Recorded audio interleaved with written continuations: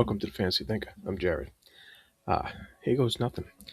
I have decided that I'm going to do a reread of Steven Erikson's Forge of Darkness, Book 1 of the Carcanus trilogy. Carcanus.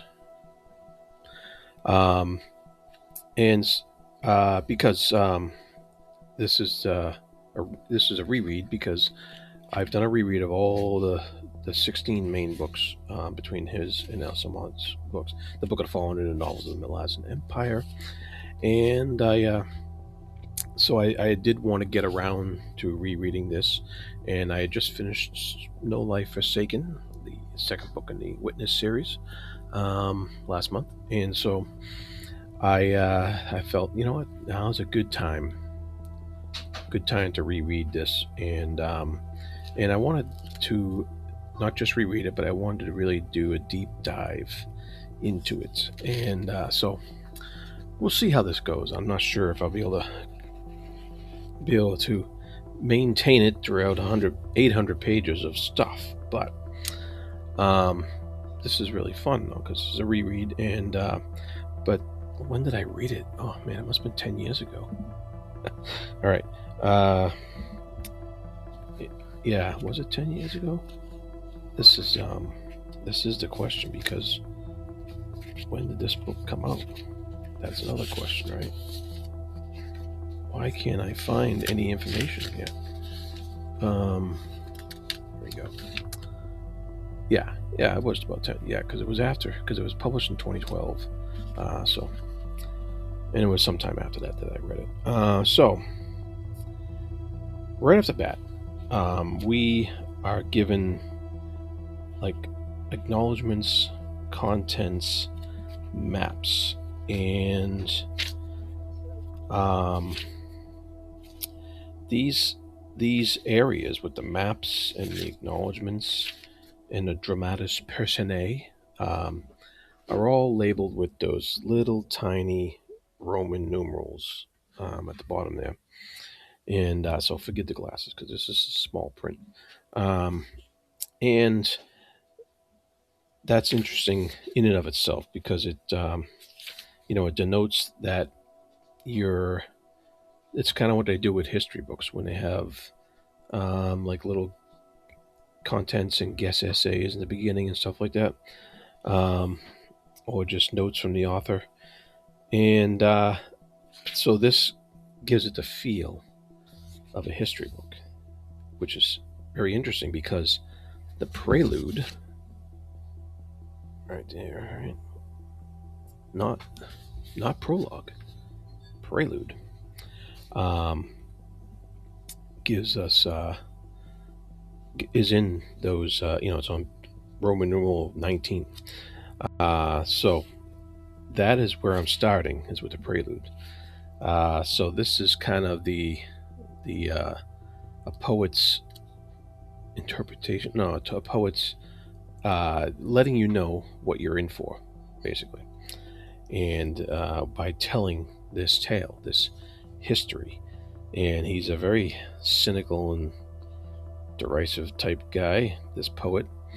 And I really like he ponders upon the intrusion of memory on invention, or the invention in memory, and that's in the first paragraph.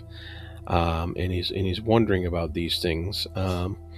So he's remembering events. This poet here, and he says the tale shall be like Tiam herself, which is the creature of many heads, the many-headed dragon. I thought that was a cool reference, because we saw the incarnation of Tiam at the end of the Book of the Fallen. So it was very cool to see that Tiam is referenced, and he finally names himself on the next page, Roman numeral 20. He says, "I am the poet Galan, and my words will live forever." That's he says it's not a boast. He says it's a curse, but take that with a grain of salt. That's what I say. Um, yeah, and he mentions Anomandaris because this is a history of the Teist Andi in their Warren of Darkness in Corralled Ghislaine, and that's where Anomandaris is from. He's, Anomandarik, we know him as from the Book of the Fallen. And he says that's a brave title, um, but he also is implicit that it's not Anomandar's tale alone, and uh, that he actually is perhaps the least of it. That a man pushed from behind by many hands will go in but one direction, no matter what he wills. So, is Anomander a pond? Is he? Does he have choices? Good questions. Um, so, uh, at the end of this, he says the audience is hungry, and its hunger is endless, and for that we are thankful. And I think that sounds like how maybe how Erikson may feel about his own writing, that the audience is hungry and its hunger is endless. As a member of that audience, I can agree with that. My hunger is endless for Malazan stories, and for that he's thankful. So, kind of a little bit of maybe I'm reading into this, but I feel like it's a little bit of the author telling us thank you. So, and he also gives us a little last dig at the end. Remember this tale I tell Fisher Keltath. And should you err, the list makers will eat you alive. That's kind of funny. That could be a little list makers. Maybe that's a little dig at critics. Who knows? And the mention of Fisher Keltath, of course, references back to all the little epilogues that Fisher Keltath is responsible for in the Book of the Fallen and in the novels of the Malazan Empire as well.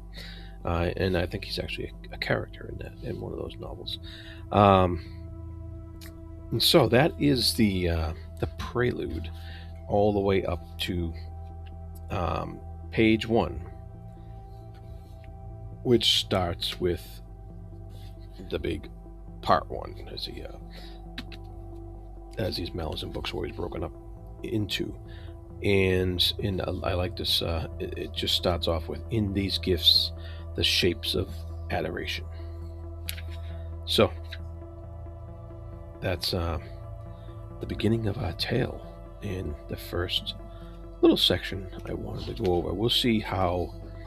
Maybe I'll do one chapter at a time, because Erikson is known for his long chapters. The first chapter goes to 28 pages. That might be a good amount to do, and we'll see how it goes on how in depth I want to get into this. I want to read this slow, and I want to really take my time with it, because I feel like I don't remember much, because the first time I read it, I probably went through it pretty quickly, because I was excited about reading more Malazan.